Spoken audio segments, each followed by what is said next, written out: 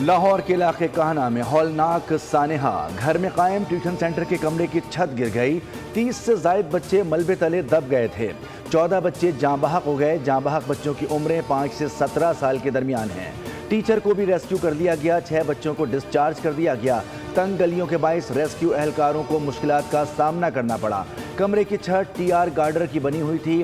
عمارت کے مالک، 2 بھائیوں اور مستری کو حراست میں لے لیا گیا۔ بچوں کے اہل خانہ اور علاقہ مکین جائے وقوع اور اسپتال پہنچ گئے۔ رقت آمیز مناظر۔ وزیر اعلیٰ پنجاب مریم نواز نے واقعے کا نوٹس لے لیا، رپورٹ طلب۔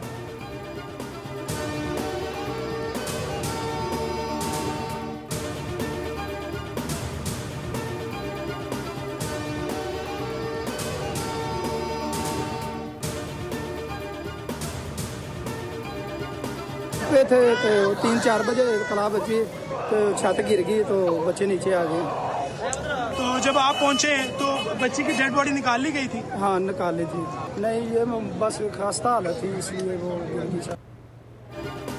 ہر طرف آہو بکا، ہر جانب چیخو پکار، لاہور کے کئی خاندانوں پر قیامت ٹوٹ پڑی۔ جاں بحق بچوں میں 7 سالہ مہنور فاروق، 5 سالہ مرتضی عاطف، 9 سالہ غلام نبی، 6 سالہ تابشہ شہزاد، 16 سالہ خدیجہ، 6 سالہ سلمان ولد وسیم اور 8 سالہ فواد ولد عابد بھی شامل ہیں۔ لواحقین نے گفتگو کرتے ہوئے کہا کہ بچے چلے گئے، ہماری دنیا ہی اجڑ گئی۔ مہنور کے ماموں نے بتایا کہ 3-4 سال سے پڑھ رہی تھی، ٹیوشن سینٹر کی حالت خستہ تھی۔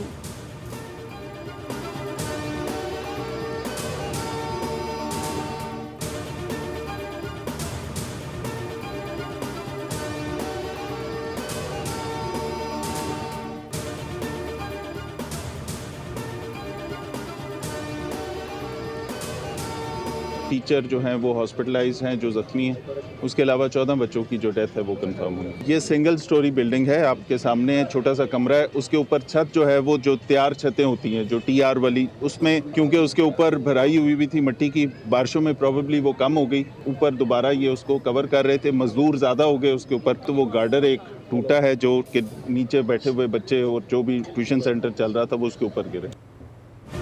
چھت پر مزدور بھرائی کا کام کر رہے تھے، چھت کمزور تھی اور مزدور زیادہ ہو گئے، وزن کی وجہ سے چھت گری۔ 5 افراد کو حراست میں لے لیا گیا جن سے تفتیش جاری ہے۔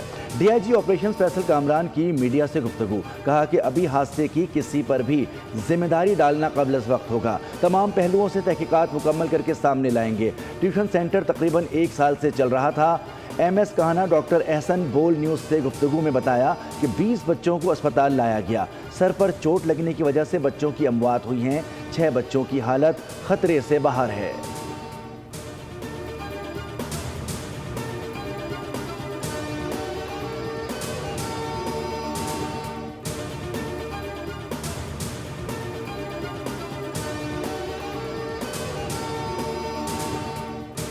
in the region has been witnessed by the world after the war, and this is most regrettable attitude. As some of the speakers I heard since morning, we are convinced that bringing international commitments cannot be arbitrarily, conveniently or unilaterally disregarded, manipulated or terminated. Bharat جنگ کے بیج بونے سے گریز کرے، جنوبی Asia کے امن و استحکام کو خطرے میں نہ ڈالے، دریاؤں سے متعلق عالمی معاہدے کو کمزور یا سبوتاژ کرنے کی بھاری قیمت چکانی پڑ سکتی ہے۔ نائب وزیر اعظم اسحاق ڈار کا سندھ تاج سیمینار سے خطاب، عالمی قانون و معاہدے کی خلاف ورزی کی جائے تو نتائج صرف 2 ملکوں تک محدود نہیں رہتے۔ کہا کہ اگر پاکستان کو آبی حقوق سے محروم کیا گیا تو اس کے انتہائی سنگین اثرات مرتب ہوں گے۔ خطے میں پائیدار امن کا راستہ طاقت یا دھمکی نہیں، تصفیہ طلب مسائل کو حل کرنے میں ہے۔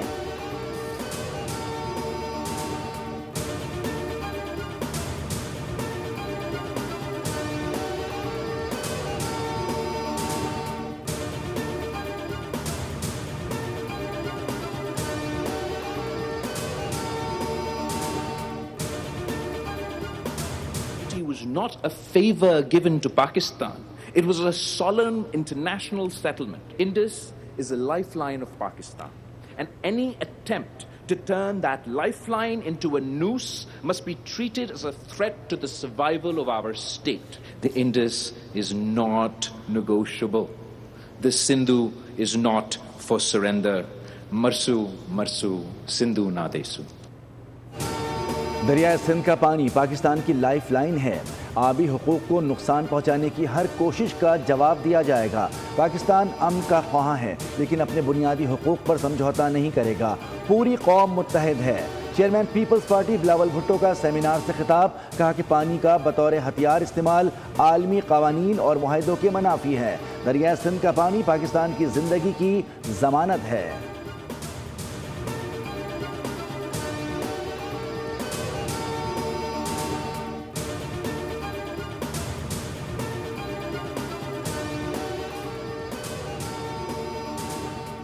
The strongest treaty the world has seen. It has survived 3 wars between 2 nuclear powers. And I unilaterally put it in abeyance or suspend it or walk out of it. This is what previously led to genocides. The treaty has not been put in abeyance. The treaty has been revealed to the world. کسی کو علاقائی یا عالمی امن یرغمال بنانے کی اجازت نہیں دی جا سکتی. اگر یہ مضبوط ترین معاہدہ قائم نہ رہا تو پھر دنیا کا کوئی بھی معاہدہ قائم نہیں رہ سکتا. بھارت ہمارے پانی کے بہاؤ کو کنٹرول ہی نہیں کرتا. بھارت دنیا کا تیسرا آلودگی پھیلانے والا ملک بھی ہے. وفاقی وزیر موسمیاتی تبدیلی ڈاکٹر مصدق ملک نے خطاب میں کہا، دریائے نیل ہو یا فرات، ہر جگہ ایسی کہانیاں ہیں. بھارت کی وجہ سے ہمارے 6000 لوگ جاں بحق اور ہزاروں زخمی ہو چکے. وزیر اطلاعات عطا تارڑ نے خطاب میں کہا کہ بھارت نے سنتاس معاہدے کو یک طرفہ طور پر معطل کیا ہے. پانی روکنے کی کوشش کی گئی تو قومی قیادت مؤثر جواب دینے کے لیے پرعزم ہے.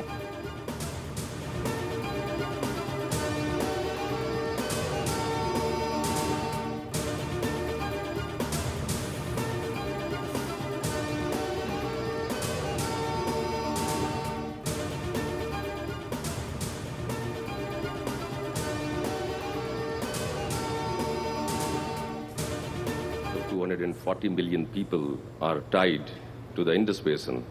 Pakistan's restraint has been deliberate, but water, food, livelihood, and social stability are not negotiable abstractions.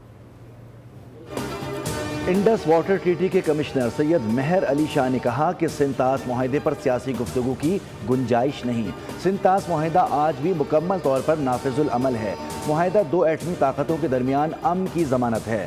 Khurram Dastgir Khan نے کہا کہ بھارت نے عالمی قانون کی توہین کرتے ہوئے دریاؤں کا گلا گھونٹنے کی کوشش کی اور پانی کو ایک ہتھیار کے طور پر استعمال کیا. سنتاس معاہدے کی معطلی قانونی اعتبار سے بے معنی ہے.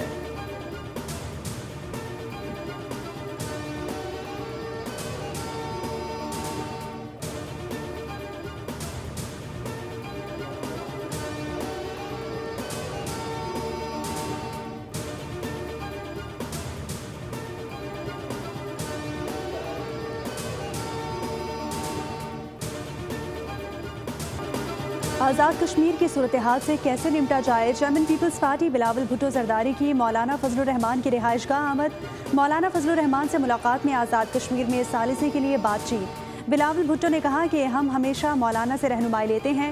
آزاد کشمیر کی صورتحال کا پرامن حل چاہتے ہیں. احتجاج جمہوری حق ہے مگر وہ پرامن رہنا چاہیے.